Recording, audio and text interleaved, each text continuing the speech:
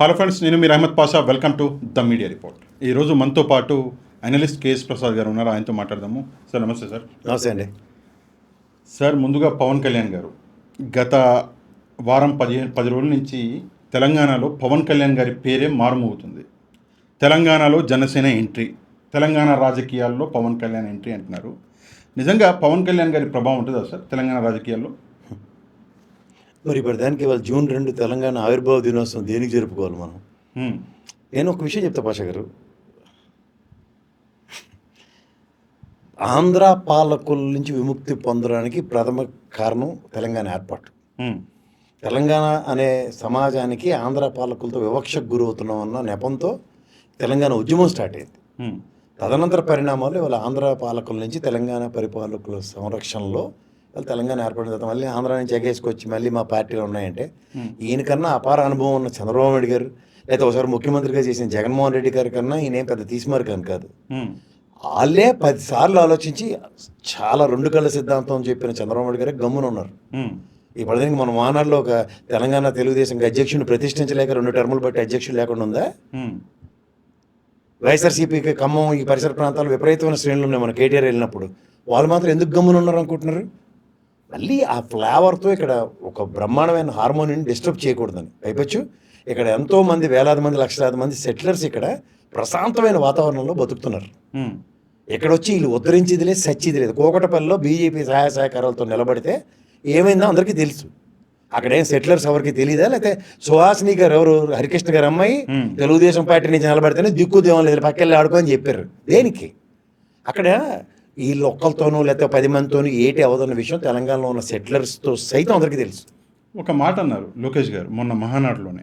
ఏమన్నారు అంటే తెలంగాణలో సైతం తెలుగుదేశం పవన్ కళ్యాణ్ మాట్లాడుతుంటే ఈ మధ్యలో ఎందుకంటే మీరు ఆ మాట అన్నారు అంటే తెలుగుదేశానికే దిక్కులేదన్నారు కదా. ఈ మాట లోకేష్ గారు కూడా అన్నారు. ఏమని? తెలంగాణలో కూడా పార్టీని ఎస్టాబ్లిష్ చేయాల్సిన బాధ్యత నాదే అన్నాడు. సార్ 2 విషయాలు చెప్తా.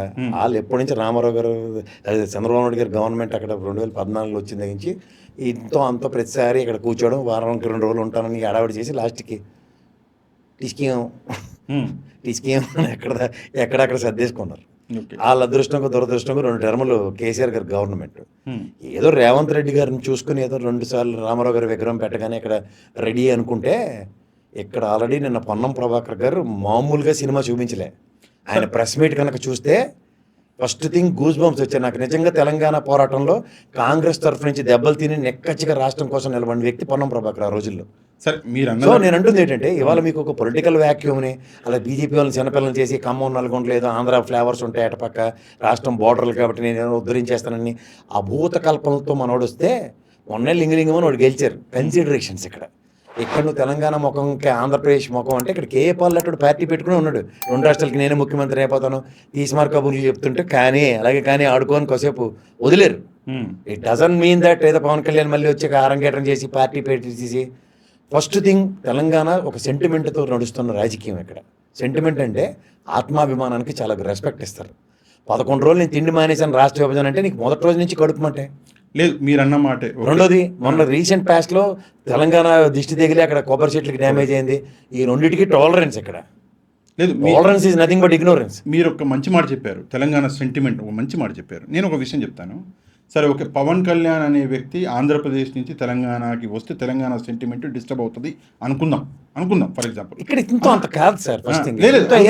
మరి అట్లాంటప్పుడు బీఆర్ఎస్ అన్నది టీఆర్ఎస్ అన్న పార్టీ బీఆర్ఎస్గా మారి బీఆర్ఎస్ అన్నది ఆంధ్రప్రదేశ్కి వెళ్ళే ప్రయత్నం అన్నది చేసింది కదా నేషనల్ పార్టీ లెవెల్లో.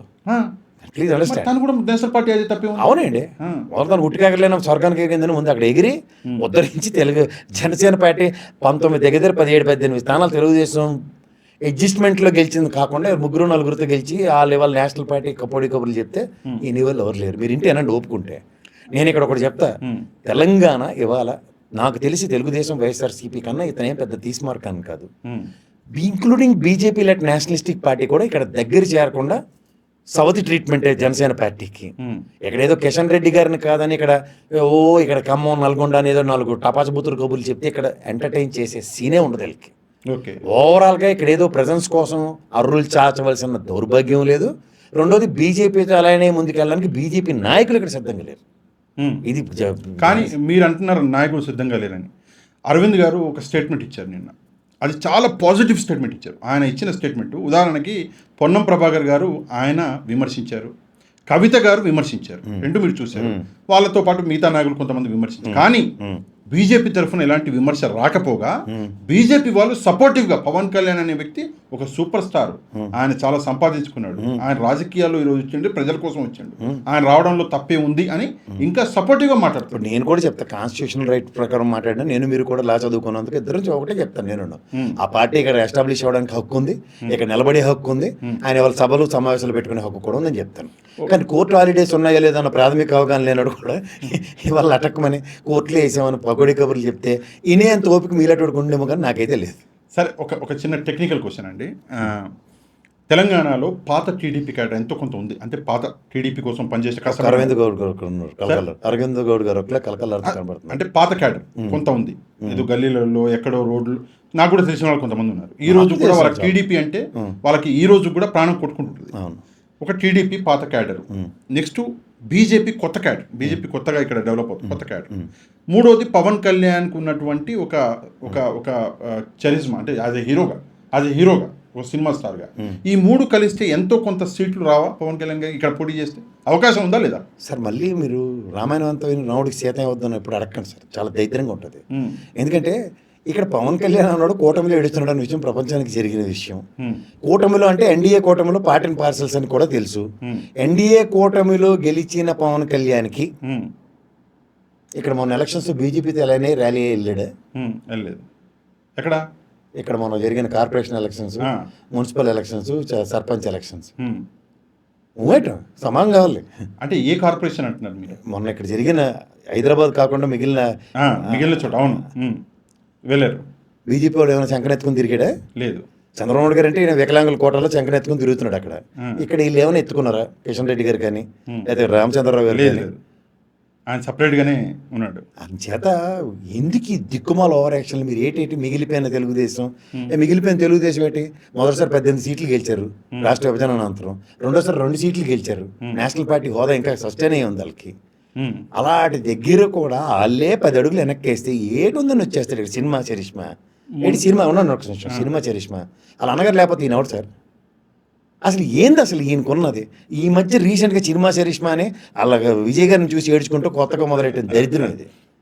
కడుపుమంట అంటారు దీన్ని. ఒరిజినల్గా చరిష్మాటిక్ లీడర్స్ ఎవరైనా ఉన్నా, చరిష్మాటిక్ సిచ్యువేషన్స్ని అట్రిబ్యూట్ అయినా సరే, అది ఎక్కడ నాకు తెలిసి తెలంగాణలో బాబుమోహన్ ఒకటే అనుకుంటాను సినిమా యాక్టర్గా గెలిచినోడు. ఇంకేమన్నా పనికొచ్చినోడు చూపించండి, చెప్పండి. ఈ పాడదానికి లాస్ట్ టైం ఇక్కడ ఎగేసుకున్న 5 సీట్లు బీజేపీ వాళ్ళ దగ్గర కడుపు కొట్టి లాక్కొని ఏడు సాధించాడు. ఇవి ట్రాక్ రికార్డులు ఏవి లేకుండా ఏది సార్ ఎద్దినట్టు దూడకట్టేయమని రాజకీయాలు అనుకుంటారు ఇక్కడ. నేను అంటుంది ఎంతో అంత రివ్యాంప్ చేసి లోకేష్ గారు అన్న మాట రిట్రీవ్ చేసుకుందాం. ఆ పాటు తెలుగుదేశం సాక్స్ పుల్ చేసుకుంటే ఎంతసేపు ఆయనకి? బేర్ మినిమం బెట్టింగ్ అయితే ఉంటుంది కదా. గ్రేటర్ హైదరాబాద్ ఎలక్షన్స్లో లాస్ట్ టైం ఓతులు పెట్టుకుని 1,00,000 మంది వెళ్ళిపోయారు కదా చంద్రబాబు గారు జైలుకి వెళ్ళినప్పుడు. జ్ఞాపకం ఉందా? మరి అలాంటప్పుడు కార్పొరేషన్ ఎలక్షన్లో గ్రేటర్ హైదరాబాద్లో ఒక్క కౌన్సిలర్ని గెలిచాడే.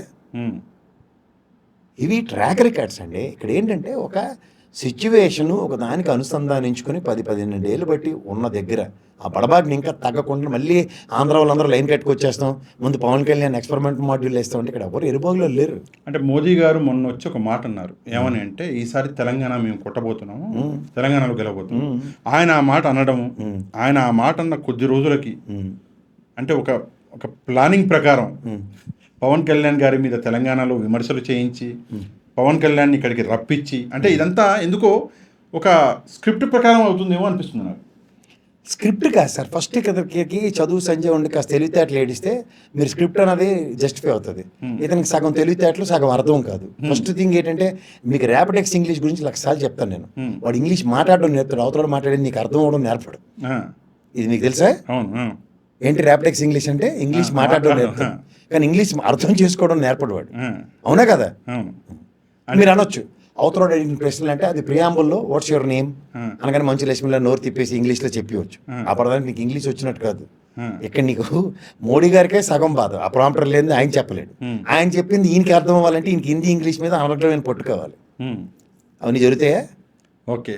సో మీరు ఏది పడితే అది ఒక బయాస్ స్టేట్మెంట్లు ఇచ్చేకండి. ఇక్కడ ఒక ఎగ్జిస్టింగ్ సిచ్యువేషన్స్ అట్రిబ్యూట్ అయ్యండి. నాకు పవన్ కళ్యాణ్ అక్కర్లేదు అనుకున్న తర్వాత 8 గెలిచారు వాళ్ళు. You're forgetting all that. ఇక్కడ ఎంపీ ఎలక్షన్స్లో అంటే బీజేపీకి తన బలం అయితే ఉంది ఇక్కడ, దానికి పవన్ కళ్యాణ్ బలం అక్కర్లేదా సార్? ఉందా లేదా కాదు, వాళ్ళకి పవన్ కళ్యాణ్ అక్కర్లేదు, ఇది అండర్లైన్ చేయండి. వాళ్ళకి బలం ఉందని లేనిపోయిన స్టేట్మెంట్లు ఇవ్వకండి. బీఆర్ఎస్ కన్సిడరేషన్ ఇక్కడ బీజేపీ గెలిచింది. ఇక్కడ బీఆర్ఎస్ కన్సిడరేషన్ వాళ్ళ అమ్మాయి చేసిన కోతి పనికి అక్కడ వెళ్ళి ఆ దిక్కుమాల లెక్కర్ స్కామ్, ఆ దరిద్రంలో అవతల కేజ్రీవాల్ వెనకాల తిరిగిన పాపానికి బీజేపీ చాలా మంది తోకలు కత్తిరించే దగ్గర రీజనల్ పార్టీ అయిన బీఆర్ఎస్ కూడా పెనాల్టీ పడింది. ఓకే, అంతేకాని 8 సీట్లు అందుకే పోయినాయి. మరి లేకపోతే ఓకే సరే, పవన్ కళ్యాణ్ విషయం పక్కన పెట్టేస్తే ప్రస్తుతం ఆంధ్రప్రదేశ్లో నడుస్తున్నది మన ఇది ఎగ్జామినేషన్కి సంబంధించి డిఎస్సిది ఏంటి సార్? అంటే మీ అనాలిసిస్ ఏంటి ఆ డిఎస్సి? అంటే నాకెందుకు వింతగా అనిపించింది, చాలా రోజుల తర్వాత వీళ్ళు నిద్రలు ఇచ్చారేమో అని. కాదండి, జగన్మోహన్ రెడ్డి ఒంటరి రోడ్ అని మాత్రం నాకు ఎస్టాబ్లిష్ అయింది. ఓకే, ఎవడు చుట్టుపక్కల దమ్మిడికి పనికిరాడని. ముఖ్యంగా ఈ సాక్షి ఛానల్ ఒకటి ఉంది, అది టైం వేస్ట్ కార్యక్రమం అని నాకు అర్థమైపోయింది. ఎందుకంటే ఇప్పుడు నాకు తెలిసి ఒక జర్నలిస్ట్, మీరు జర్నలిజం చదివారు, నేను జర్నలిజం అనుకుందాం, మనం కోణంలోనే ఒక పేపర్ రోడ్, అరే ఇది కలెక్టర్ ఆఫీస్లో డిస్ప్లే అవ్వలేదను, లేకపోతే మెరిట్ లిస్టులో డిస్ప్లే అవ్వలేదను, ఇది ఒక వార్త ఎస్టాబ్లిష్ అయినప్పుడు వైఎస్ఆర్సీపీ రియాక్షన్. రెండోది, విద్యార్థి విభాగం కనుక నిజంగా వైఎస్ఆర్సీపీకి ఉందంటే, లేదని విషయం చెప్పవచ్చు, చాలా తెలుసా, ఎంతో కొంత విద్యార్థి విభాగం ఉందంటే అందులో 10 మంది డిఎస్సీ రాసి ఉంటారు కదా. ఆడు ఫస్ట్ రియాక్షన్ ఏంటి సార్, మాకు మెరిట్ లిస్ట్ లేదు సార్, ఏదని వీళ్ళకి తెలియపోయినా ఆడు వచ్చి చెప్తాడు కదా. ఇదేది కాకుండా పండగల్ని పాసినాడు అన్నట్టు జగన్మోహన్ రెడ్డి గారు ట్వీట్ పెడితే దానికి వీళ్ళందరూ పండగ వెళ్ళిపోయిన తర్వాత మన చూడు పవన్ కళ్యాణ్ స్టేట్మెంట్ ఇచ్చాడు, వీధిలో పెళ్ళి అయితే చిన్నపిల్లలు ఆడవాడిలాగా వీళ్ళందరూ ఆడబడిపోతున్నారు. జరిగిన అవకతవకలు ఇప్పుడు డిఎస్సీ ఎక్స్పీరియన్సే చెప్తాను. 1998 రిక్రూట్మెంట్ని జగన్మోహన్ రెడ్డి రిక్రూట్ చేశాడు. అలాగే 2008 డిఎస్సీ రిక్రూట్మెంట్ని జగన్మోహన్ రెడ్డి చేశాడు. 2024లో 6100 పోస్టులు డిక్లేర్ చేశాడు. ఇది track record of DSC YSRCP. ఇంతున్న డిఎస్సీ మీద అవగాహన ఉన్న జగన్మోహన్ రెడ్డి ఏ ప్రాతిపదిక మీద కూడా ఇవాళ ఆయన ట్వీట్ పెడితే వీళ్ళందరూ చెలరైపోతుంటే, ఇది ఆల్రెడీ పోస్టులింగ్ అయిపోయి ఆల్రెడీ ఫస్ట్ ర్యాంక్ వచ్చినోడు ఏంటైతే సిఆర్డి ఎంప్లాయీ అని ఆడికి 30 సార్లు ఫోన్లు చేసాడని ఆడే అఫిడవిట్ వేస్తే ఆడు ఇంకా జాయిన్ అవ్వకుండా తాసారాలు పడుతుంటే స్పోర్ట్స్ కోటా, ఈ విషయాలన్నీ అందరికీ తెలిసిన విషయాలే. ఇప్పుడు రిక్రూట్మెంట్, ఇప్పుడు డిఎస్సీ 1998 2008 ఎందుకు కోట్ చేశాను అంటే, ఏదో విధంగా ఒక అపోజిషన్ పార్టీ చాలా స్ట్రెంగ్గా ఆ రోజుల్లో పోరాటం చేయబట్టే 98 2008 2019 to 24 మధ్యలో జగన్మోహన్ రెడ్డి గారు రిక్రూట్ చేయవలసి వచ్చింది. అంటే దాని మీద ఎంత పొజిషన్ ఉంటుంది, ఎంత పొజిటివ్నెస్ ఆఫ్ ఒక విద్యార్థి విభాగాలు, లేకపోతే బాధితులు, లేదంటే ఒక ప్రభుత్వం మీద వ్యతిరేకతతో అటాక్ చేసే అపోజిషన్, ఇవన్నీ చూసాం కదా. వీటిలో జగన్మోహన్ రెడ్డి అనే వైఎస్ఆర్సీపీకి ఎక్కడ గుణపాఠాలు ఉన్నాయి? ఏ దద్ది భోజనాలు తినుకుని కూర్చొని ఉంటున్నారు అందరూ. ఆయన రియాక్ట్ అయ్యాడు, బ్రహ్మాండంగా రియాక్ట్ అయిన తర్వాత ఈ భజంత్రీలన్నీ వాయిద్యాలు మొదలయ్యాయి. అప్పటిదాకా ఎక్కడ చచ్చారు? ఇప్పటిదానికి అధికార ప్రతినిధి తొడగొట్టేసి మా ఎమ్మెల్యేని పంపిస్తాను డిబేట్ కంటే, ఈ కామెడీగా లేదు అది. అంటే నేను అంటుంది ఇదే పని. First priority merit list collector ఆఫీస్లో, ఆయన ఫస్ట్ క్లాస్ మేజిస్ట్రేట్, కలెక్టర్ ఆఫీస్లో ఎందుకు లేవు డిఎస్సీ మెరిట్ లిస్టులు? ఇది ఫస్ట్ కదా. అది ఎవడు ఒక జర్నలిస్ట్ రిపోర్టర్ దాన్ని ఎస్టాబ్లిష్ చేయాలి సాక్షి నుంచి. చేయలేదు. చేయలేదా? ఏం చేశారు మట్టి? ఏం చేయలేదు, నిద్రపోయారు. చేయలేదు కదా. అంటే నేనైతే ఎక్స్పెక్ట్ చేయలేదండి, చేయను కూడా కాదు. ఇది జరగలేదన్న విషయం ఒప్పుకోవాలి కదా. రెండోది, పాత విద్యాశాఖ మంత్రులు ఉన్నారు కదా ఇద్దరు కాలగాలంలో, అలా రాదిమూలపు సురేష్ గౌడును ఈ విద్యాశాఖ మంత్రి బొత్స సత్యనారాయణ గారు. బొత్స సత్యనారాయణ గారు ఎంతో అంతో మాట్లాడుతున్నారు మండలిలో. దానికి కడుపుమంట బ్యాచ్ ఒకడు ఉన్నాడు, అదేంటి గెలిచేసాడు ఎనానమస్గా, నా మండల పొజిషన్ పోద్దని ఏడిసే ఒకడు ఉన్నాడు. పార్టీలోనే దేవుళ్ళు ఆడుకుంటున్నాను. ఎవడికి ఉపయోగం? ఇవి కదా పాయింట్ ఆఫ్ ఆర్డర్ లెగాలి. ఈ పడడానికి అలా నీట్ ఎగ్జామ్లో ఎడ్యుకేషన్ మినిస్టర్ని రాజీనామా చేసేయమన్నట్టు వీళ్ళు కూడా లోకేష్ రాజీనామా చేసేయాలి. అలా కాదు. సరే కాదు. ఈ డిఎస్సీ క్యాండిడేట్లు ఉద్యోగాలు కూర్చున్నారు కదా. ఎన్ని రోజులు అయింది? ఎన్నో రోజులైంది. నాకు నేను దీని ఫండమెంటల్స్ మాట్లాడుతున్నా.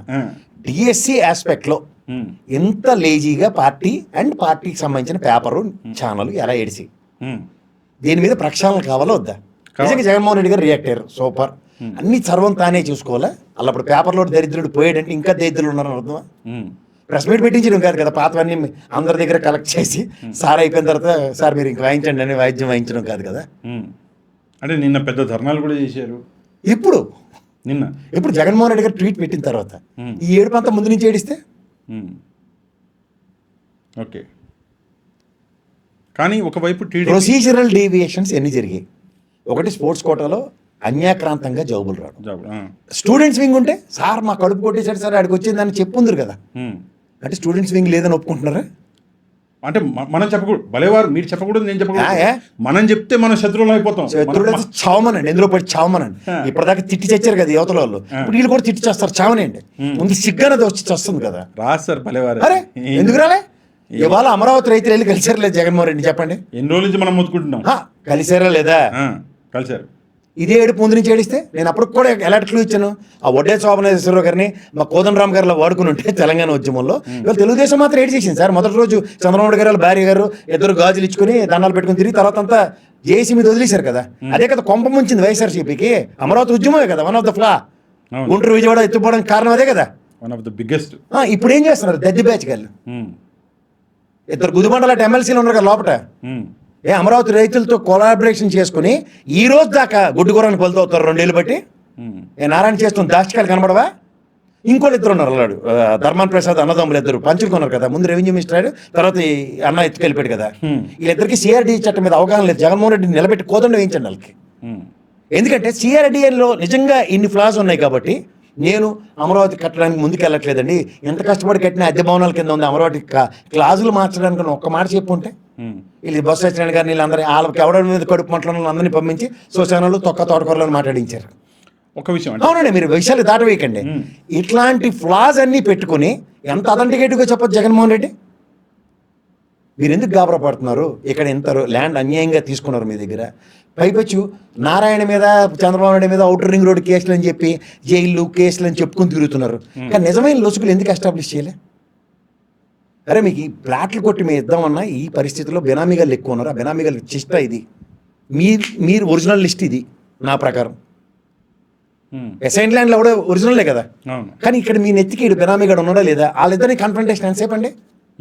ఇలాంటివి ఎక్కడైనా జరిగాయి వైఎస్ఆర్సీపీ ఆయన? ఎక్కడ జరగలేదు, జరగవు కూడా. ఈ బాధ్యత ఎవడది? ఇప్పుడు ఏడుస్తున్న నారాయణ లాంటి ఎవడో ఏడవాలి కదా తెలుగు వైఎస్ఆర్సీపీలో, అదే కదా మినిస్టర్. ఆయన ఎందుకు గొంత కట్టట్లేదు? ఇవి చెప్పండి సార్, ఇవి దాటవేతలు కాదు. డిఎస్సి ఎగ్జామ్ జగన్మోహన్ రెడ్డి గారు ఎత్తుకున్నారు, పని అవుతోంది, జనాలు మీరు అన్నట్టు కలకలు ఆడేస్తున్నారు. ఈ దద్ది బ్యాచ్ వాళ్ళందరూ ఎక్కడ తెచ్చారు? ముందు నుంచి ఎడ్యుకేషన్ మినిస్టర్కి అదేంటండి మన ఆయనలో డిఎస్సి రిక్రూట్మెంట్లో 6100 పోస్టింగ్లు పెట్టినప్పుడు 98 2008 చేసినప్పుడు డిస్ప్లే అయింది కదా కలెక్టర్ ఆఫీస్లో. ఎందుకు అవ్వలేదని ఇద్దరికి ఎందుకు అవేర్నెస్ లేదు? ఆదిమూలపు సురేష్కి అవేర్నెస్ ఎందుకు లేదు? నీకు ఎర్రగొండపాలెం మళ్ళీ ఎత్తుకెళ్ళిపోదాం శ్రద్ధ ఏడుస్తుంది కదా ఇప్పుడు. దాని చుట్టూ లాబింగ్లు చేసుకుని తిరుగుతున్నావు కదా గ్రూపులు కట్టి. నీ పని మీద నీ డిపార్ట్మెంట్ ఇలాంటి ఫ్లాస్ ఉన్నప్పుడు ఫస్ట్ ప్రయారిటీలో జగన్మోహన్ రెడ్డి గారికి డిఎస్సి ఎగ్జామ్ అయిన 2 రోజుల్లో రిజల్ట్ వచ్చిన 2 రోజులు ఎందుకు చెప్పలేవు? అంటే నిద్రపోతున్నారు అప్పుడు. నిద్ర కాదు, వదిలేశారు. అసలు ఇన్ఫర్మేషన్ ఎవరికి బాధ్యత లేదు, ఫ్లో చార్ట్ లేదు, థింక్ ట్యాంక్ లేదు. నెక్స్ట్ ఎవరు దాడే బయటికి తీసుకెళ్ళిపోవడం పూలు చెల్లించాడు జగన్మోహన్ రెడ్డిని. ఒక వర్కింగ్ స్టైల్ లేదు, ఒక ప్రోటోకాల్ లేదు, అసలు ఏమీ లేకుండా. అంటే నేను చెప్పాను కదా మీకు, మనం ఏమన్నా మాట్లాడితే మీరు మన గురించి చావనేది ఎందులో పడి నాకు అనవసరం. ఈ విషయాలు ఎవడన్నా కౌంటర్ ఇస్తే నాతో మాట్లాడమనండి. ఓకే, మనం యాక్చువల్గా డిఎస్సి నుంచి అమరావతికి వెళ్ళాము. ఒక చిన్న విషయం, టీడీపీ వాళ్ళు ఇవాళ ఉండండి, అమరావతి రైతులు ఇవాళ కలిశారు. సత్వర న్యాయం చేయడానికి జగన్మోహన్ రెడ్డి దగ్గర ఉంది. కానీ ఈ రోజు దాకా జగన్మోహన్ రెడ్డి కలవకుండా నిలువరించిన యదవుల వరకు చెప్పమనండి. ఎందుకంటే ఆయన ముఖ్యమంత్రి హోదాలో మీరు ఎంత ఉద్యమం చేస్తారు రండి ఒకసారి, ఎందుకు వెళ్ళలే? అంటే అప్పుడు పిలవలేదు, పార్టీ ఓడిపోయింది, తప్పు చేసాం కాబట్టి ఇప్పటికీ I'm talking about when they are in ruling. CRD చట్టం మీద అవగాహన ఎవరికి ఉండాలి? ధర్మాన బ్రదర్స్ ఉండాలి కదా. ఉండాలి. వాళ్ళిద్దరే కదా రెవెన్యూ మినిస్టర్ వెలగబెట్టిన వాళ్ళు. వాళ్ళకు ఉండాలి. మున్సిపల్ శాఖ వాడు వాళ్ళకి అవగాహన ఈ రోజుకు లేదు సార్. లేనప్పుడు ఎందుకంటే లేదు అని ఎందుకు అంత అథెంటికేట్గా చెప్పగలుగుతారు? నన్ను అడగండి. ఎందుకు మొన్న పేరు నేను ప్రెస్ మీట్ పెట్టి అద్దె భవనాలట అద్దె కట్టాలంటే ఈ ఏడు ఎప్పటి నుంచి ఆడవాలి వాళ్ళిద్దరు. ఓ పెద్ద దుర్యోధనుడు గంభీరాలన్నీ పొట్టి పెద్ద అనర్గళమైన స్పీచ్లు ఇచ్చేసేవాడు కదా అసెంబ్లీలో ధర్మాన ప్రసాద్. ఏమి పార్టీకి ఉపయోగపడినప్పుడు సీనియారిటీ ఎక్కడ సచ్చింది? Party in crisis. అమరావతి రైతుల్ని కలవకపోవడం వల్ల నిజంగా పార్టీకి ఎంత పెద్ద నష్టం జరిగిందండి. 2 జిల్లాలు ఎత్తుపోయాయి కదా, గుండు గీసి పంపించారు నిన్నగాను. అవునా కదా? అంటే తెలుస్తుంది కదా, 11 సీట్లు వచ్చాయి మొత్తానికి. సరే ఓకే, మళ్ళీ ఓకే కాదు డిఎస్సి ఉండండి. డిఎస్సి అమరావతి 2 ఒకేసారి కొట్టాలి. మీరు గంటల ఇక్కడ కూర్చొని డైలీ సీరియల్ కాదు ఇది. ఇప్పుడు డిఎస్సి విషయంలో ఆదిమూలపు సురేష్ గారి బాధ్యత ఏది?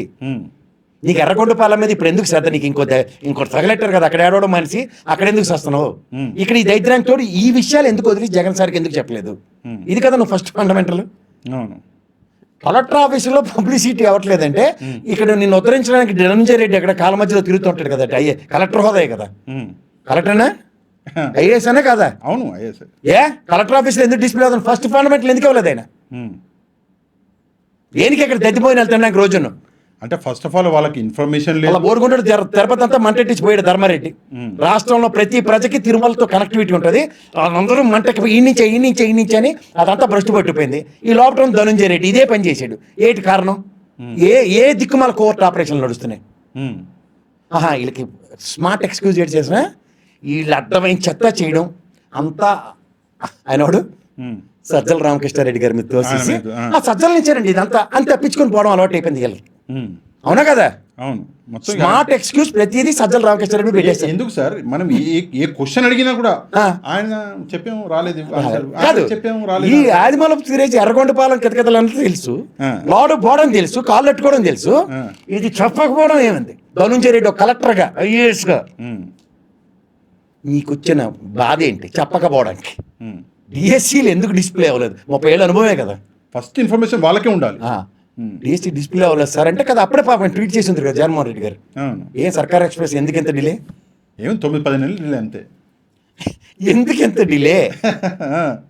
ఈ పడదానికి లొకేషన్ తప్పు గిప్పు అన్నమా? ఇప్పుడు టీడీపీ వాళ్ళు ఒక విషయం ఏమంటే మేము ఎవరు అంటే జగన్మోహన్ రెడ్డి గారు చేయలేని పని మేము చేశాము, డిఎస్సీ అనేది మేము చేశాము, మొత్తం యాక్చువల్గా జాబులు వచ్చాయి, వాళ్ళు హాయిగా ఉద్యోగాలు చేసుకుంటున్నారు. ఫస్ట్ ర్యాంక్ కూడా ఎందుకు చేయను? ఇప్పుడు మళ్ళీ మాటకు వచ్చారు మీరు.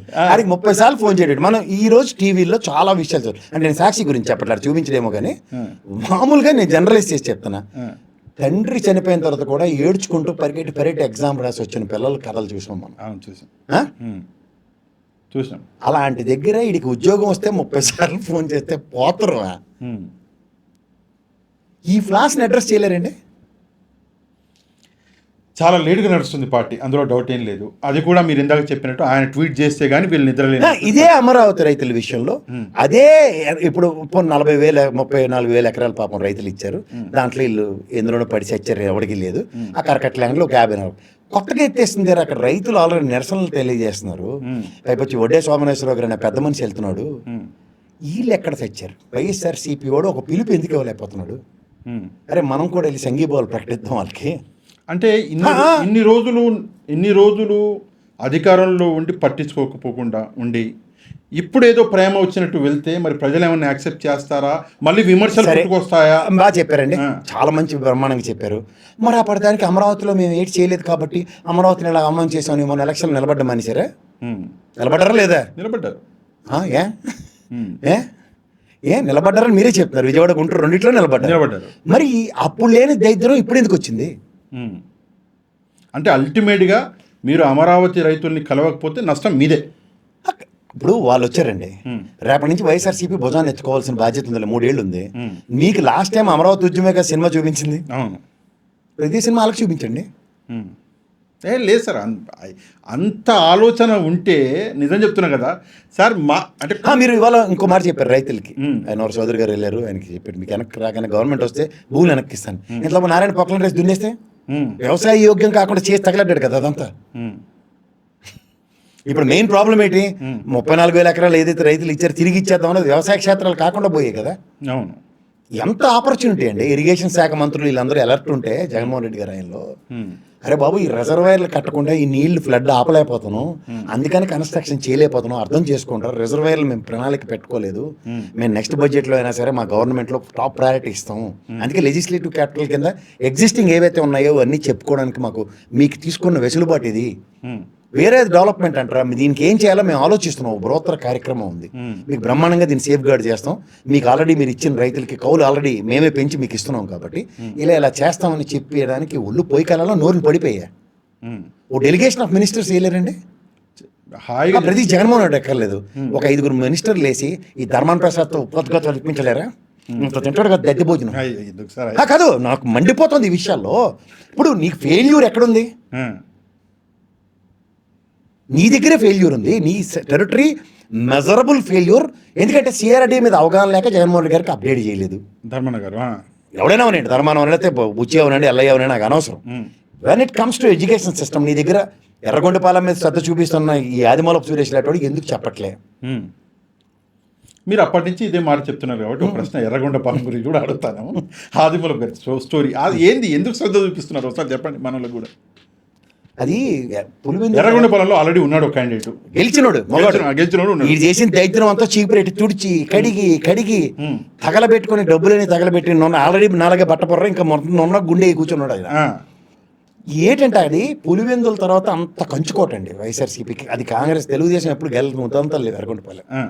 అక్కడ ఏంటంటే మిగిలిన శాతం అంతా చేసుకోవచ్చు అదనమాట. కానీ అక్కడ ప్రజలు ఎలా చేస్తున్నారు, ప్రజల ఆక్రందన ఎట్లో. మరి ఇప్పుడు గెలిచిన క్యాండిడేట్ని ఏం చేస్తారంట? ఏం లేదు, ఈ అడవడ పడుతుంది అక్కడ. ఈ అడవడ కూడా తేల్చి మనలో తేల్చకపోతే పైన అబ్బో. అందుకని తేల్చేయడానికి నిశ్చయించుకొని ఇవన్నీ క్లాసిక్ ఎగ్జాంపుల్స్ చెప్తున్నాను. ఇలాంటి ఒళ్ళొంగని బ్యాచ్ని ఎందుకు ఎంటర్టైన్ చేస్తున్నారు? ఇది నీకు నిజంగా చిత్తశుద్ధి ఉంటే పార్టీ ఓడిపోయింది. ఇప్పుడు నువ్వు అక్కడ దేవుళ్ళు ఆడుతున్నావు కాబట్టి పార్టీలో ఇలాంటి విషయాలు కదా జగన్మోహన్ రెడ్డికి అప్డేట్ చేయవలసింది. అవును, చేయకపోతే చివరి కర్నూలు లాగా అవుతుంది. చివరికి అదే అవుతుంది. కర్నూలులో ఎన్నికలకి 4 రోజుల ముందు కొట్టుకున్నట్టు అవుతుంది. కొట్టుకున్నారు. కర్నూలు కంచుకోట 10 అన్న దగ్గర లటక్కని ఆరతపల్లిలో నీకు మా ఈ దీపం పాట పాడి అప్పచెప్పేశారు. అవునా కదా? అవును, అదే అయింది. కర్నూలు రాయలసీమ పరిస్థితి అసలు రాయలసీమ ఫండమెంటల్ మిస్టేక్ అండి. ముస్లిం కమ్యూనిటీని ఎప్పుడైతే వాళ్ళు ఆల్ ఇండియా లెవెల్లో ఒక పిలుపు ఇచ్చారో ఎక్కడ కాంగ్రెస్ నిలబడితే అక్కడంటే చంద్రబాబు నాయుడు గారి చాణక్యతనం అక్కడే కనబడుతుంది. కాంగ్రెస్కి నిలబడింది ప్రతి దగ్గర. వీళ్ళు కడుపు కొట్టి నోట్లన్నీ అవే. సరే, ఇంకో అంశం సార్, ఇది అంటే మీరు ఇది ఇంకా ముగిలే, కంక్లూజన్ ఇవ్వాలి ఇది. సో ఫస్ట్ థింగ్ ఈ దద్ది బ్యాచ్ని ఎందుకు ఎంటర్టైన్ చేస్తారు మిస్టర్ జగన్మోహన్ రెడ్డి? మీకు అప్డేట్ చేయరు. మీరు అడుగుతున్నారో లేదో అన్నది మాకు అనవసరం. మీకు పార్టీ మోనార్క్, మీరు పార్టీ హైయెస్ట్ అథారిటీ. వీళ్ళ దగ్గర నుంచి ఫండమెంటల్ ఇన్ఫర్మేషన్స్ మీకు ఎందుకు వెళ్ళట్లేదు? వీళ్ళ దగ్గర నుంచి చైన్ ఆఫ్ రియాక్షన్ ఉంటేనే కదా. ఫస్ట్ నాకు తెలిసి ఒక జర్నలిజం తెలిసినోడు, జర్నలిజం చదువుకున్నాడు, పేపరోడు ఒక న్యూస్ ఎస్టాబ్లిష్ అవ్వాలి. హనుమాన్ రామకృష్ణ చదువుతాడు కదా ఫస్ట్. డిఎస్సీ డిస్ప్లే అవ్వలేదట కదా, సాక్షి చదువుతున్న ఆయనకి చెప్పాడు. మనం డిఎస్సీ అభ్యర్థుల్ని మనం పెట్టలేదా ఏంటని ఆయన అడుగుతాడు కదా. అవును, ఈ అవకాశం ఎందుకు ఇవ్వలే? నాకు తెలిసి తెలుగుదేశం వాళ్ళందరూ సాక్షి పేపర్ చదువుతారు. అవును, ఆ అవకాశం మీరు ఎందుకు ఇవ్వలే? ఫెయిలేనా? అవును, ఫెయిల్ అబ్జర్వ్స్గా, అందులో డౌట్ ఏముంది? ఫెయిలే. ఇది మాట్లాడండి, ఇది మాడాలా? ఇప్పుడు బయటకు వచ్చి మారుతున్నారు. సరే, ఓకే. ఆ అంశం కాకుండా ఇంకో అంశం ముఖ్యమైనది ఆంధ్రప్రదేశ్లో నడిచింది. స్వర్గీయ వైఎస్ రాజశేఖర రెడ్డి గారి ఆ విగ్రహం గురించి చాలా, అంటే సాక్షిలో వచ్చిందా, పేపర్లో వచ్చిందా, రాలేదా? రాలేదు సార్, రాలేదు కదా. రాలేదు.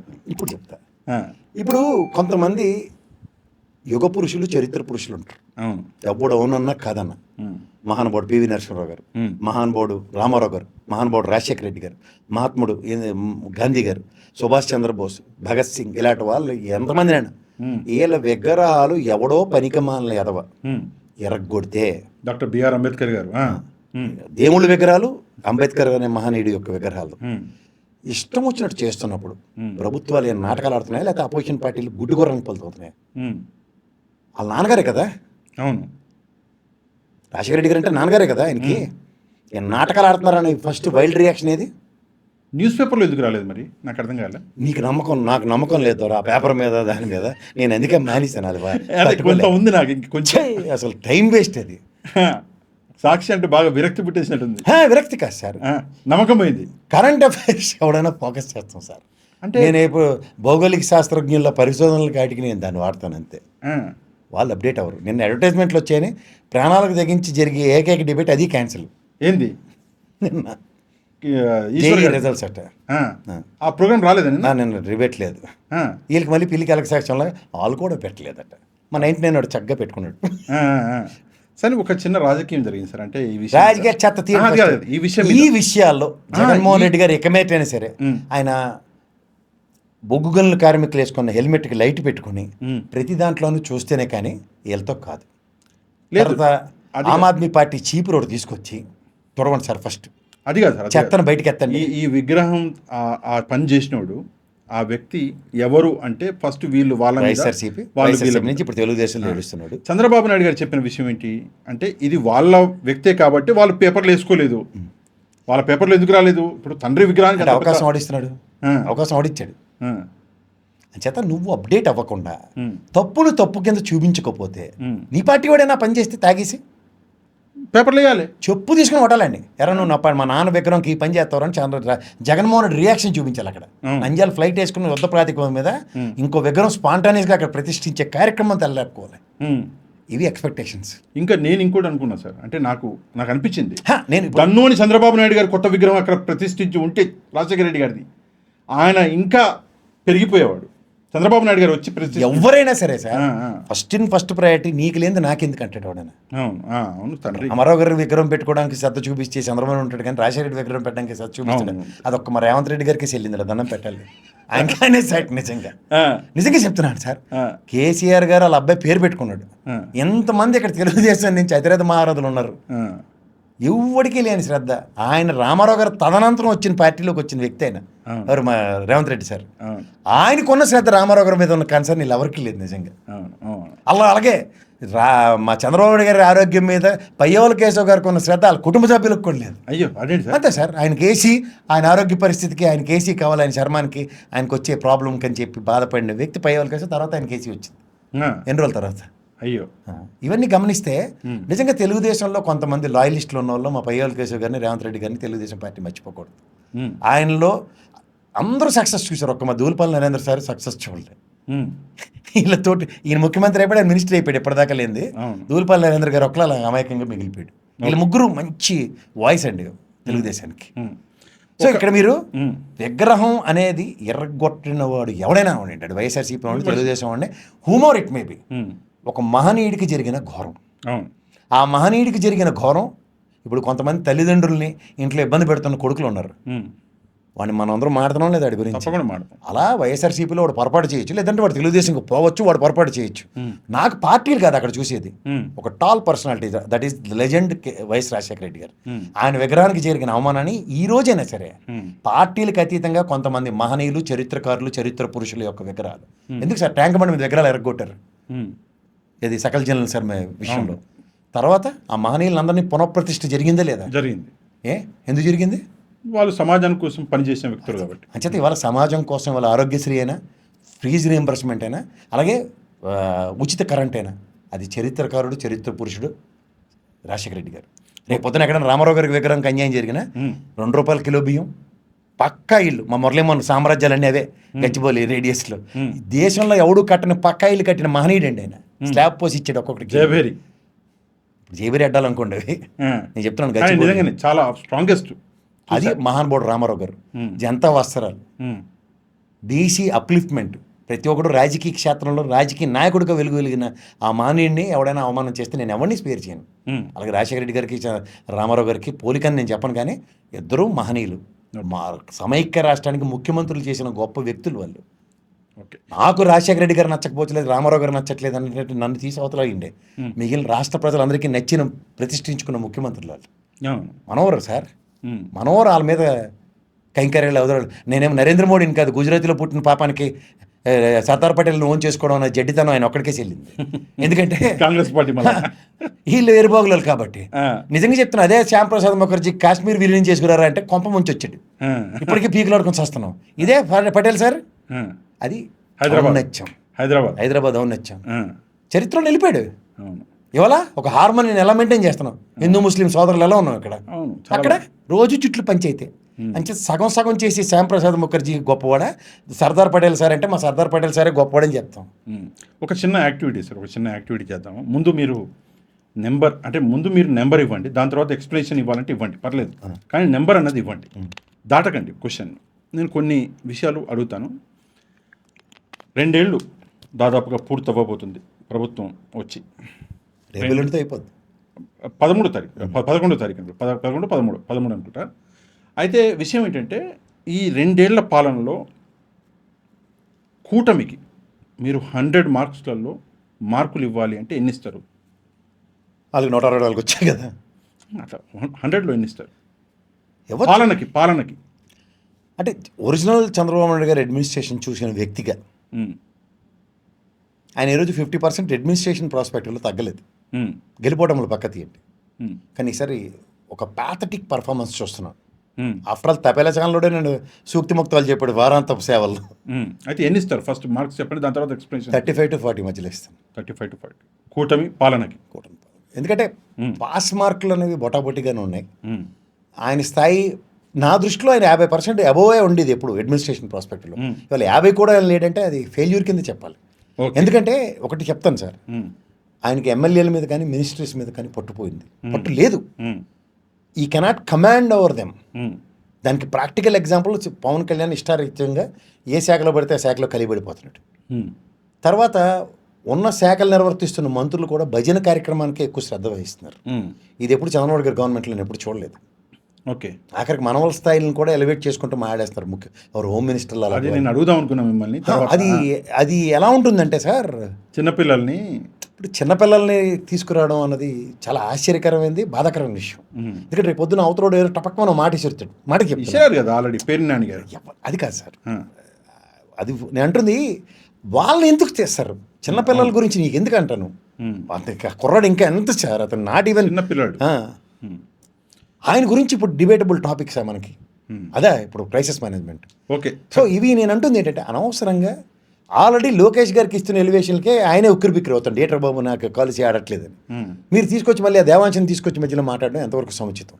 ఇవన్నీ unnecessary topics which are percolating in administration. చేయకూడదు, ఎవరు చేయకూడదు ఆ విషయం. ఇప్పుడు డిఎస్సీ లాంటి విషయం, ఈవెన్ జగన్మోహన్ రెడ్డి గారి పిల్లల గురించి కూడా మాట్లాడకూడదు. తప్పది, చాలా తప్పు. అందులో ఆడపిల్లలు అవును, అస్సలు క్షమించకూడదు. అవును. ఆడపిల్లల విషయం అసలు మాట్లాడితే నేను అసలు అవన్నీ టాలరేట్ చేయను. అది రోజా గారి కొడుకు అయినా సరే, రోజా గారి బిడ్డ అయినా సరే, జగన్మోహన్ రెడ్డి గారి పిల్లలైనా సరే. పిల్లలు ఎందుకంటా నేను మీకు చేతనైతే ప్రత్యక్ష రాజకీయాల్లో మీరు ఉన్నారు కదా, మీ సంగతి మీరు తేల్చుకోండి. ఇంట్లో ఆడవాళ్ళు పిల్లలు కాదు కదా, అది చాలా తప్పు అంటారు. సరే, మీరు ప్రభుత్వానికి పనితీరికి 35 to 40 ఇచ్చారు, అంటే పాస్ చేశారు మీరు అటు ఇటుగా. నేనే పాస్ ఒక విషయం అది సార్, ఈ రోజుల్లో పాసే కదా సార్. మళ్ళీ చెప్తున్నాను 40% మినిమం పాస్ ఇవ్వాలి. ఓకే సరే, ప్రొఫెషనల్ చెప్తున్నాను. Okay. YCP as a party, as a ప్రతిపక్ష పార్టీగా 2 ఏళ్ళు పూర్తి చేసుకుంటుంది. సరే, అఫీషియల్గా ప్రతిపక్ష పార్టీలో లేకపోయినా ఉన్నది ఏకైక పార్టీ కాబట్టి ప్రతిపక్షం అనుకుందాం. వైసీపీ యాజ్ ఎ మన ప్రతిపక్ష పార్టీగా తనకి మార్కులు వేయాలి అంటే 100కి ఎన్ని వేస్తారు? 15. అదేంటి సార్ అంతే, 15 అంతే. అది కూడా ఎక్కువ. ఎందుకంటే అడ్డా కూలీలాగా ఇవాళ తట్టెత్తుకుని పోవడం కాదు, దీనికి కలెక్టివ్ రెస్పాన్సిబిలిటీ. అది ఆ కలెక్టివ్నెస్ ఎగ్జిక్యూషన్ అవ్వలేదు. మొన్న కూడా చెప్పాను నేను మెడికల్ కాలేజీ విషయాలు, ట్రూ అప్ ఛార్జీల విషయం, ఇలాంటివన్నీ గ్రాస్ రూట్ లెవెల్లో ప్రజలకి మీరు ఏం చేయగలుగుతున్నారు అన్నది నాకు ఆన్సర్ కావాలి. అంటే నేను కమ్యూనిస్ట్ పార్టీలు ఎప్పుడు ధర్నా చేస్తే సాయంత్రంకి పావుల తగ్గిది మాకు పెట్రోల్ రేట్లు. నా చిన్నప్పుడు అవుట్కమ్ ఉండేది, అవుట్కమ్ లేదు. అవుట్కమ్ లేనిది గుడ్డ చేల్లో పడినట్టే కదా. అంటే ఏదో కోడి సంతకాలు చేయించారు కానీ అవుట్కమ్ ఇది ఏది మళ్ళీ మొదలెట్టాడు అనుకో, చంద్రబాబు నాయుడు రేపు వెళ్ళి మొదలెడుతున్నాడు ఆయన. ఓకే, మళ్ళీ ఇదే కార్యక్రమం కాదు కదా, ఒక్కసారి చెక్ అంటే చెక్ మేట్. ఓకే. జనసేన గురించి, జనసేన యాజ్ ఎ పార్టీ ఈ 2 ఏళ్ల పాలనలో జనసేన తనని తాను పెంచుకోవడంలోనండి, యాజ్ ఎ పార్టీగా డెవలప్ అవ్వడంలో, నేను గవర్నమెంట్ అంటే యాజ్ ఎ పార్టీగా తనకి 100లో ఎన్ని మార్కులు వేస్తారు? 0. అంటే డెవలప్ ఏ లేదు, ఎక్కడ వేసిన గొంగలు ఎక్కడే ఉంది. రెండోది ఏంటంటే దారిని పోయిన దరిద్రాలు ఒకటి నెత్తికెత్తుకుంటాడు ఆయన రీసెంట్గా, అనవసరమైన విషయం. ఆయన వాళ్ళ అన్నయ్యలా స్మార్ట్నెస్ యూజ్ చేయలేకపోయాడు సార్. ఆయన ఒక పేడలో కాలేసాడు, తీసిన తర్వాత రెండో కాలు ఎక్కడ వేయాలంటే అది బురద, రెండోది మళ్ళీ బురదలోనే కాలేసాడు, మూడోది కూడా మళ్ళీ పేడకల్లోనే వేయవలసి వస్తుంది తప్ప ఆయనకి మామూలు రోడ్డు కనబట్టలేదు. ఎందుకంటే వాళ్ళ అన్నయ్య చాలా స్మార్ట్గా పార్టీని విలీనం చేసి పక్కెళ్ళిపోయాడు. ఈయనకి ఆ స్మార్ట్నెస్ లేక అలవాటు పడిపోయి, గాబరా పడిపోయి, ఫ్రస్ట్రేషన్ ఎక్కువైపోయింది ఈ రీసెంట్ పాస్ట్లో. ఇవాళ మీరు 4:30 ప్రెస్ మీట్ ఉంటుంది చూడండి, ఫ్రస్ట్రేషన్ పీక్స్ ఉంటుంది. ఇది చాలా చాలా డేంజరస్ సిండికేషన్స్ ఇన్ పొలిటికల్ సినారియోలో. ఎందుకంటే ఇవాళ నిన్నటిదాకా ఒక ఇగ్నోరెన్స్ అన్నది వదిలేసాం, ఏదో చెత్తరా అన్నట్టు పడేసాను నేనైతే చెప్తున్నా. బట్ ఈ రీసెంట్ పాస్ డెవలప్మెంట్స్ అయితే చూస్తే 2 స్టేట్స్ మధ్య ఫ్రిక్షన్ స్టార్ట్ అయింది. మళ్ళీ most dangerous sign in any political సినారియోలో ఉన్న పార్టీకి, అందులో రీజనల్ పార్టీకి. రీజనల్ సిచ్యువేషన్స్ మీద పూర్తి కమాండ్ లేకుండా, ఒక రీజన్కి కట్టుబడకుండా, ఒక రీజన్ కట్టుబాట్లు దాటి మాట్లాడుతున్నప్పుడు అయితే చాలా డేంజరస్ ఇండికేషన్స్ ఓకే పొలిటికల్ లైన్స్లో. సో అంచేత ఈ సినారియో కనుక చేంజ్ కాకపోతే, ఇంకోటి ఏంటి, నేను ఎందుకు 0 వేసాను ఇంకా అథెంటికేటివ్ అడగవచ్చు. నేను ఒకటే ఒక సమాధానం చెప్తాను, నాతో ఎవడన్నా వస్తారని లేకపోతే ఎందులో పోతే పోండి అని మాట్లాడుతున్నాడు. అది చాలా రాంగ్ సైన్, పాలిటిక్స్లో పనికిరాదు, చాలా తప్పది. ఎందుకంటే కలుపుకోలుతనం చాలా ఇంపార్టెంట్. తర్వాత ఒక నాదెండ్ల మనోహర్ తప్ప పనికొచ్చినప్పుడు ఎవడైనా పార్టీలో జాయిన్ అవుతాడు అడగండి. అదే ఏదో అవకాశం కోసం, టికెట్ల కోసం ఇవాళ వచ్చిన పారాచూట్ బ్యాచ్ నేను అన్నాను. ఇన్ ప్రిన్సిపల్ ఒక పార్టీ సిద్ధాంతాలకి ఎలా అయినోడు ఎవడైనా సరే పార్టీకి ఆకర్షితుడు అయితే జాయిన్ అవుతాడు. అదర్ దెన్ నాదెండ్ల మనోహర్ ఎవడని జాయిన్ అయ్యాడు. అయిపోయి నాదెండ్ల మనోహర్నే ఒక బ్యారికేడ్లో క్రియేట్ చేసి పెట్టాడు ఆ పోస్ట్ ఇచ్చి, ఎవడో నాకు ఎంత సమాధానం చెప్పాలన్నట్టు. అది another indication of party. Okay, next అంటే నేను సైన్యాధికారిని, నన్ను ఎదిరిస్తారా, ఈ పకోడీ కబుర్లకి ఇక్కడ ప్యారల్ క్వాజీ గవర్నమెంట్ నడుస్తున్నప్పుడు నీ ఇండికేషన్స్ ఆర్ వెరీ క్లియర్, నీ దగ్గర డిస్కషన్స్ లేవని. So these are all signs for a respectable party for success. అది ఎక్కడ పాత్ క్రియేట్ అవ్వట్లేదు. Okay, fourth one, Nara Lokesh గారు యాజ్ ఎ మినిస్టర్గా అనుకోండి, లేదా ఒక నాయకుడిగా నారా లోకేష్ గారి ఈ 2 ఏళ్ల జర్నీ అధికారంలోకి వచ్చాక, అంతకంటే ముందు బాగా చేశారు, ఆయన పార్టీ కోసం కష్టపడ్డాడు, అది వేరే సంగతి. 2 ఏళ్లలో ఆయన డెవలప్మెంట్ మీద మార్కులు వేయండి అంటే 100 మార్కుల్లో ఎన్ని వేస్తారు నారా లోకేష్ గారికి? నేను వేయొచ్చు మార్కులు. ఎందుకు వేయొచ్చు అంటే అది ముందు మార్క్ వేయండి. మార్కులు వేయడానికి నేను ముందు గ్రౌండ్ చెప్పాలి. నారాయణ గారు చంద్రబాబు గారి బ్యాచ్ మొత్తం ఆడించేస్తున్నాడు. నారాయణ పిల్లకలు ఇప్పుడు విద్యాశాఖ మంత్రికి ఈయన దగ్గర ఉన్నాయి. ఓకే, నారా లోకేష్ గారి దగ్గర ఉన్నాయి. సరే, ఇప్పుడు మార్క్ వేయండి 100కి ఎన్ని? అక్కర్లేని విద్యాశాఖ తీసుకొని తెలియని తలకాయ నొప్పుల కన్నా పార్టీలో ఎక్స్ట్రాలు చేస్తున్న నారాయణ కంట్రోల్ చేయడానికి విద్యాశాఖ తీసుకున్నాడు. దాంట్లో ఇన్ ద ప్రాస్పెక్ట్ ఆఫ్ పార్టీలో మాత్రం మంచి సక్సెస్ మార్కులు వేయచ్చు. ఫస్ట్ క్లాస్ మార్కులు 100కి ఫస్ట్ క్లాస్ మార్కులు వేయచ్చు. అదే ఏంటి, ఏదో ఒకటి వస్తాయి ఫస్ట్ క్లాస్ మార్కులు టువర్డ్స్ కంట్రోల్ ఆఫ్, అంటే అబౌవ్ 65, 60 చాలు, 60. ఎందుకంటే అది చిన్న విషయం కాదు. పగ్గాలు చేతులు దాటిపోయి ఎక్స్ట్రాలు ఎక్కువైపోతుంటే సిఆర్డీఏ రైతులు పడుతుంది చూస్తున్నప్పుడు నీకు సరైన మెడికల్ తీసుకోవడం నారాయణకి మా లొకేషన్ అర్థమైంది. అంటే నారాయణ గారు మొత్తం లోకేష్ గారి కబంధాస్తాలు చిక్కున్నట్టే కదా. అంతే, విజయవాస్తులు అన్నీ ఉన్నాయి. ఇప్పుడు రేపు 7 క్లస్టర్స్ బెటరండి స్మార్ట్గా. స్కిల్ డెవలప్మెంట్ది ఆ పేరు ఏదో ఉంది, I'm not able to recollect that exactly. Okay, ఇందులో జేఈ ఐఐటి కోర్సులు అన్నిటికీ కూడా స్కిల్ డెవలప్మెంట్ టైప్లో ఇచ్చినట్టు ఖచ్చితంగా నారాయణకి పనికార పథకం అని అర్థమైపోయింది నాకు. ఇది ఖచ్చితంగా పిల్లకలు జగన్మోహన్ సార్ ఈయన దగ్గర ఉంటాయి, లోకేష్ దగ్గరే. అప్పుడు ఈ కోతాట్లు ఎలా ఉంటే చూడాలి. అంటే మీరు ఈ విషయాన్ని నమ్ముతున్నారా? అంటే ఎడ్యుకేషన్ డిపార్ట్మెంట్ని అంటే లోకేష్ గారు ముందుకు తీసుకెళ్లారు అంటే జగన్ గారు నో డౌట్ ఆయన బాగా పనిచేశారు. ముందుకి జగన్మోహన్ రెడ్డికి అందులో 100కి 500 మార్కులు ఆయన బాగా పనిచేశారు education system. But when it comes to this అన్న దగ్గర ఇది ఇంకా నారాయణ కబంధాస్తాలోకి ఇంకా స్ట్రైవే వెళ్తున్నాయి. అక్కడ దానికి బాకరానంగల ఆనకట్టు లోకేష్ ఆపేశారు, ఆపుతాడు. లేదంటే అక్కడ గడపార బ్యాచ్ ఇది. ఓకే, నెక్స్ట్ వచ్చేసి అమరావతి మీద కూడా మీరు మార్కులు వేయాలి విషయం ఇది. అమరావతి యాజ్ ఏ మనకి ఏమంటారు క్యాపిటల్ సిటీగా మీరు చూసుకుంటే ప్రజలు, ఆంధ్రప్రదేశ్లో నివసిస్తున్నటువంటి అందరు ప్రజలు దాదాపుగా ఒక 100% అనుకుందాం. 100%లో ఎంతమంది ప్రజలు అమరావతిని యాజ్ ఎ క్యాపిటల్గా ఒప్పుకున్నారు లేదా ఆనందంగా ఉన్నారు మీ లెక్క ప్రకారం? ఒప్పుకున్నా ఒప్పుకోపోయినా ఎదురు పడి సచ్చినా ఇవాళ అమరావతి శాశ్వత రాజధాని గెజిట్ వచ్చింది. ప్రజలు లేని దగ్గర అమరావతి రాజధాని ఉన్నప్పుడు ప్రజలందరూ నిద్రపోయి ఉన్నారని అర్థం. ఎవరికి మా ఊరి మీద ఇప్పుడు జగన్మోహన్ రెడ్డి వైజాగ్ అన్నాడండి, వాళ్ళకి వైజాగ్ వాళ్ళకి లేని బాధ నాకెందుకు మీకెందుకు? ఓకే, మాటకి చెప్తున్నా. మావిగాని అన్నాడు గుంటూరు, విజయవాడ, మచిలీపట్నం అని, వాళ్ళకి లేని బాధ మీకెందుకు నాకెందుకు? లేదా కర్నూలు న్యాయ రాజధాని అన్నాడు, ఆడికి లేని బాధ మీకెందుకు నాకెందుకు? మీరు కర్నూలు కాబట్టి మీకు ఏదో కాస్త ఆనందం ఉండొచ్చు చెప్తున్నాను. ఇక్కడ మీకు ప్రాంతాలు అన్నవి 3 అన్నవి లేకపోతే 6 అవుతాయి ఇవాళ నాకు మావిగంతో కలిపితే. అందులో అమరావతి ఉందా లేదంటే ఉందని నేను చెప్తా. అమరావతి ఉంటూ కూడా గ్రేటర్ హైదరాబాద్ ఎలా డెవలప్ అయిందో నాకు తెలిసినప్పుడు హైదరాబాద్ క్యాపిటల్ అన్న మాటకి వీళ్ళు అర్థాలు పరమార్థాలు బీరకాయ పీచి చుట్టరికలు కలుపుకునేవాడు ఎవడంటే అమరావతి చుట్టుపక్కల ఉన్న వాళ్ళని అర్థం. పేరు కూడా అమరావతి ఎక్కడి నుంచి ఎత్తుకెళ్ళి ఆలగబెట్టితే కూడా వాళ్ళు దేనికి ఆనందపడుతున్నారు అన్నది దేని మీద ఎవరికి అవగాహన లేదండి. ఓకే, ఎద్దేనిందంటే దూడకట్టే అనేది కనబడుతుంది అందరిది. అంతే. నారాయణ కళల సౌధం అమరావతి, నారాయణ గారి చరిత్ర పురుషుడు అవ్వడానికి అమరావతి కట్టుకుంటున్నాడు. అందులో చంద్రబాబు నాయుడు గారిని బలవంతంగా ఇరికించాడు. అదేంటి, నారాయణకి డిసైడ్ చేసిన ప్లేసే కదా అది. అంటే చంద్రబాబు నాయుడు మళ్ళీ చెప్తున్నాను, అమరావతి రాజధాని అవ్వడానికి నారాయణ ఎంత కారణం, రాజధాని భూములు ఇవ్వడానికి చంద్రబాబు నాయుడు గారి ముఖం చూసి ఇచ్చారు, ఆయన నమ్మించారు. సో ఇక్కడ నమ్మకం ఒమ్ము చేస్తున్నాడు నారాయణ, బదనం అవుతుందెవరు మరి చంద్రబాబు నాయుడు. వీళ్ళిద్దరికన్నా ఎక్కువ బదనమైంది ఎవరు? జగన్మోహన్ రెడ్డి. ఎందుకు? ఆ చుట్టుపక్కల వాళ్ళు దాని మీద అవగాహన ఆయనకి కల్పించినందుకు. అంటే జగన్మోహన్ రెడ్డి గారి చుట్టుపక్కల ఉన్న వాళ్ళ వల్ల ఆయన బదనమయ్యాడు జగన్మోహన్ రెడ్డి గారు. ఇక్కడ చంద్రబాబు నాయుడు గారు ఎంత నారాయణ వాళ్ళ బదనం. ఒక మాట లక్ష్మీపార్వతి గారు చెప్పారండి నిన్న, వినుంటారు. లేదు, ఒక మాట చాలా మంచి లాజిక్ చెప్పారు.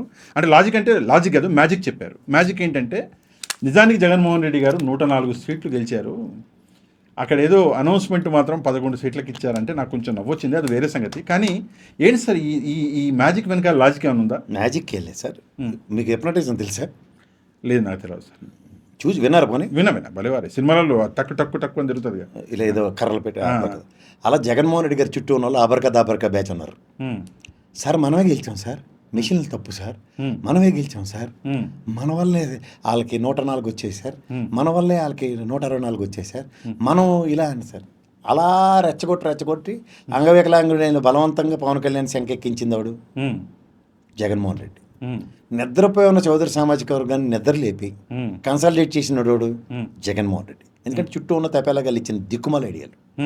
సో మూడోది, ఇవాళ మీకు ఓ పరకాల ప్రభాకర్ గారు లేదా మస్తాన్ గారు బాగా చెప్పారు, 12.64 ఎక్సెస్ పడిపోయింది, తొక్క పడిపోయింది, ఇట్లా అన్నీ పక్కదండి. 40 లక్షల ఓట్లు మీ గవర్నమెంట్లో ఎత్తేసారు, మీదే గవర్నమెంట్ వైఎస్ఆర్సీపీలో. ఎత్తినోడు టీడీఎల్పీ సురేష్ తెలుగుదేశం నుంచి. ఆ టైంలో ఆయన మీద యుద్ధం చేసిన విజయసాయిరెడ్డి గారి స్థాయి ఎక్కడ? ఎంపీ, రాజ్యసభను శాసించే స్థాయి వ్యక్తి టీడీఎల్పీ సురేష్ గారితో యుద్ధం చేస్తే ఘోరంగా ఓడిపోయాడు. ఆయన మీద ఫామ్ 7 మీద కేసులు పెట్టి ఐజీలతో డీజీలతో అందరితోనే బెదరగొట్టినా ఒక్క కేసు కూడా రిజిస్టర్ చేయలేపాడు మీ గవర్నమెంట్. మళ్ళీ 40 లక్షల ఓట్లు ఎత్తేస్తేనే దిక్కులేని దగ్గర ఇవాళ ఎస్ఐఆర్ మీద నేను చాలా క్లియర్గా చెప్తా సార్. బూత్ కమిటీలు ఎంత ఇంపార్టెంట్ అంటే, ఇవాళ మీరు మమతా బెనర్జీ గురించి మాట్లాడుతున్నారు. బీజేపీ ఈసారి గెలిచింది కదా, 72,000 ఎన్నో బూత్ కమిటీలు కావాల్సి వస్తే 64,000 పైచిలకు బూత్ కమిటీలని రిక్రూట్ చేసుకోగలిగిన సామర్థ్యం బీజేపీ దగ్గర ఉంది. 3 టర్ములు గెలిచిన మమతా బెనర్జీ 42,000 దగ్గర ఎంత దగ్గర ఆగిపోయింది, 28,000. ఆంధ్రప్రదేశ్లో దగ్గర 44,000 బూత్ కమిటీలు ఉన్న తెలుగుదేశం ఉంది. మన ఎలక్షన్ కమిషన్ ఎప్పుడు వీటిని చూడండి, ఎలక్షన్ కమిషన్ ఇచ్చిన దీంట్లో 22,000 మంది మిగిలిన పార్టీ వాళ్ళు అందరూ కలిపి ఇచ్చారు. అంటే 44,000 ప్లస్ ఇంకో 44,000 వైఎస్ఆర్సీపీ వాళ్ళు ఉండాలి కదా బూత్ కమిటీలు ఏవి. Logic Monday.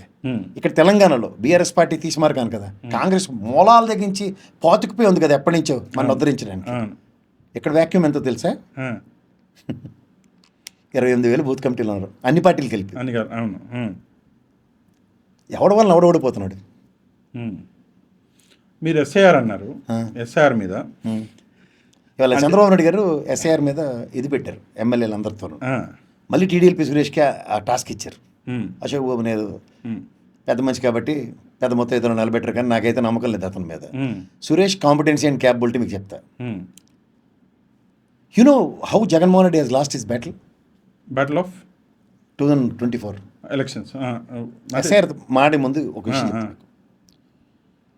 సురేష్ అనే వ్యక్తి, ఈ టీడీఎల్పీ సురేష్ ఒక హెర్క్లన్ టాస్క్ చంద్రబాబు నాయుడు గారి త్రూగా ఇచ్చింది ఏంటంటే, గెలిపోవటంలో పక్కదిద్దాం. నియోజకవర్గం నుంచి 1,00,000 ఓట్లు కావాలనుకున్నాడు ఒక్కొక్క నియోజకవర్గం. ఇందులో మీకు ఒక లాజిక్ చెప్పనా, రాయలసీమ ఎప్పుడు తెలుగుదేశం ఓడిపోతుండేది. నేనే చాలా విశ్లేషణలు చెప్పాను ఎప్పుడు ఓడిపోతారు, కానీ వాళ్ళకు బేర్ మినిమం 30-35% ఓటు బ్యాంక్ ఉండేది ప్రతి నియోజకవర్గంలో. అది 1,00,000 ఓట్లకి లీడ్ అయింది అనుకోండి, అంటే యాడ్ ఎంత అవుతుంది? 1,00,000 ఓట్లు అంటే చిన్న టార్గెట్ 1,00,000 ఓట్లు, అందులో గెలుస్తాను కాదు. మీరు ఓవరాల్గా మీరు ఫోకస్ చేసుకోగలిగితే ఒక స్టాటిస్టిక్స్ చెప్తాను మీకు, ఇది అయిపోయిన తర్వాత చెప్తాను మీకు, అది మీరు డిస్ప్లే చేయండి అని అట్లా. ఒక డ్రాస్టిక్ ఫాల్ ఆఫ్ ఆల్మోస్ట్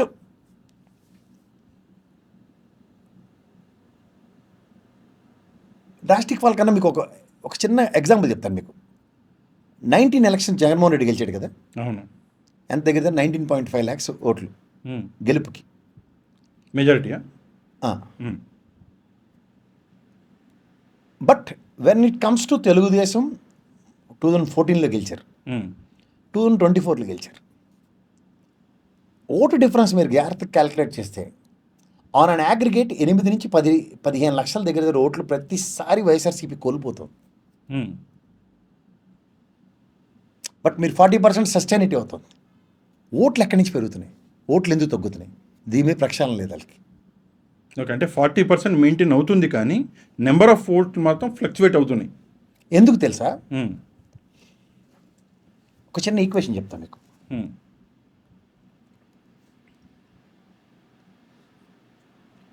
మళ్ళీ అనుకోవచ్చు ఇది మళ్ళీ తీస్తున్నాడు రా.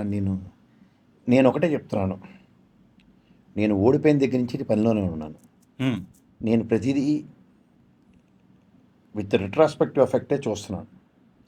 14లో 3,67,16,839 టోటల్ ఓట్లు ఉంటే పోలేనివి 2,51,51,390 ఓట్లు పోలేయండి. అందులో టీడీపీకి 1,37,32,3,230 ఓట్లు వచ్చాయి. వైఎస్ఆర్సీపీకి 1,28,80,149 ఓట్లు వచ్చాయి. అంటే మీకు దగ్గర డిఫరెన్స్ ఎంత? 9 లక్షల చిల్లర. ఓకే, ఇది జాగ్రత్తగా గమనిస్తే ఎవరికి ఉపయోగపడిన బీజేపీ, ఎవరికి ఉపయోగపడిన జనసేన అప్పుడు తెలుగుదేశం ఎత్తుకున్నారు. కూటమే కదా అప్పుడు. రెండోసారి ఇది చెప్తున్నాను, 2019 ఎలక్షన్ వైఎస్ఆర్సీపీ గెలిచిందారా 3,94,000 3,94,20,010 ఓట్లు టోటల్ ఉంటే 3,10,17,892 పోలింగ్ ఓట్స్. ఇందులో టీడీపీకి 1,23,04,668 ఓట్లు వచ్చాయి.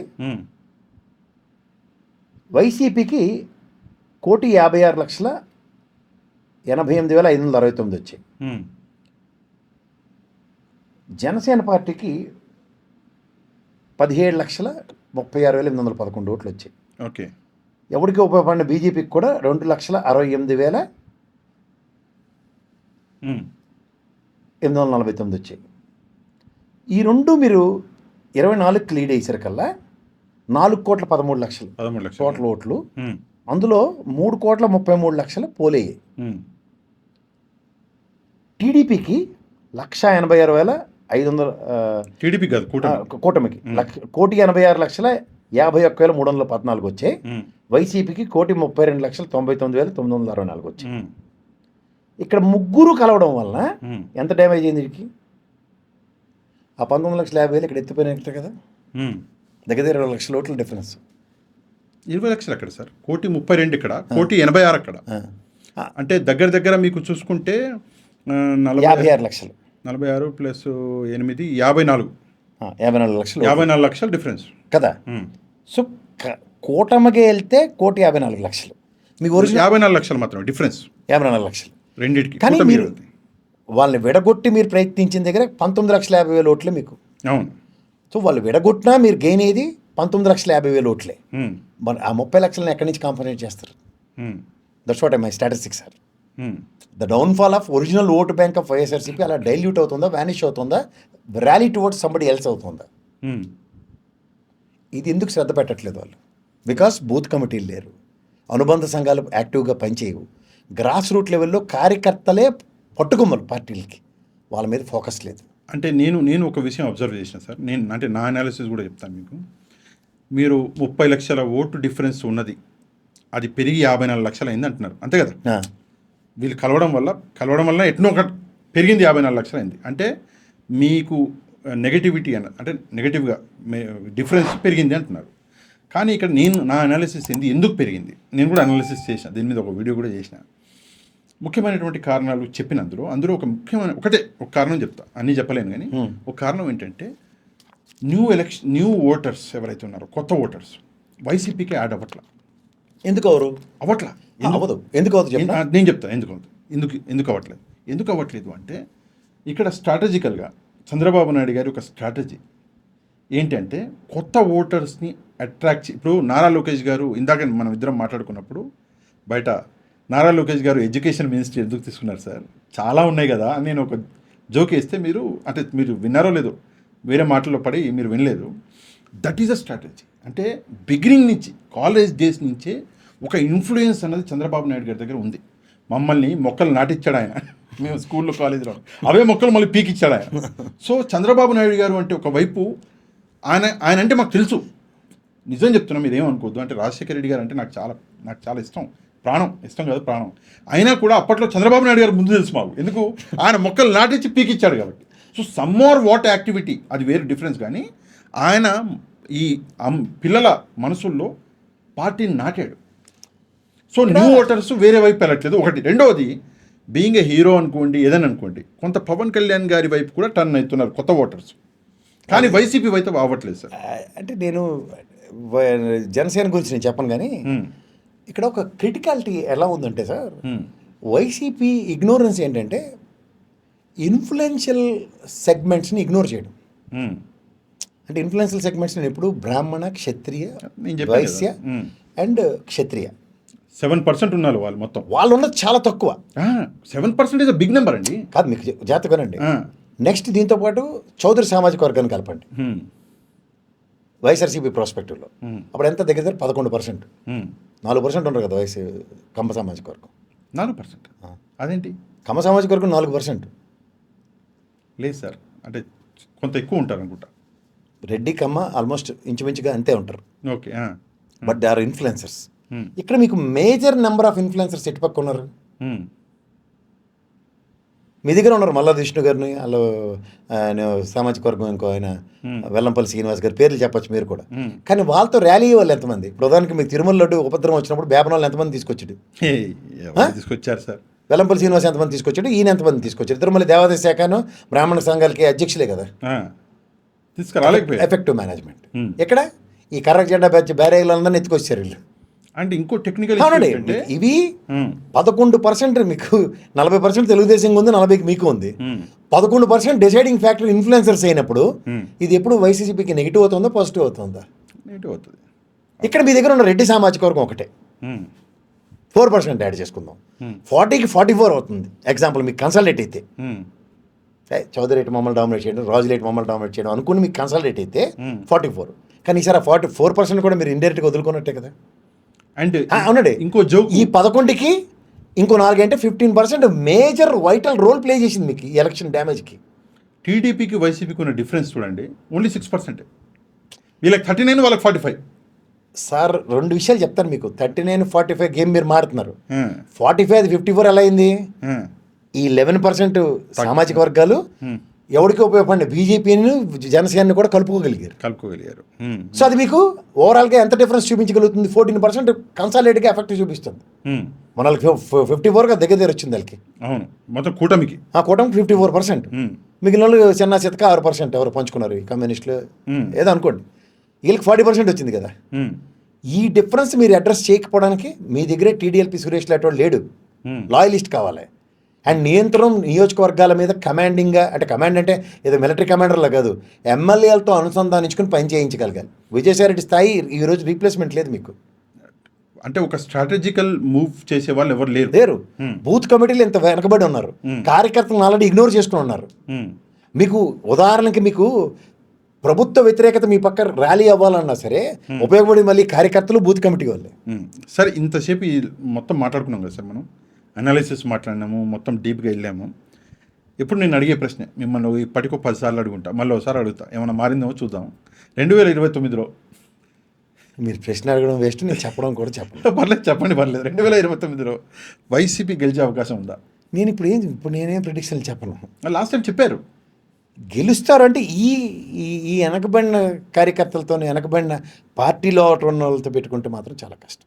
వెనకబడిన కార్యకర్తలని మళ్ళీ నొక్కి వక్క నేను చెప్తున్నాను అంటే వాళ్ళ వెనకబాటుతనం, వాళ్ళ కమిట్మెంట్ని గుర్తించకపోవడం.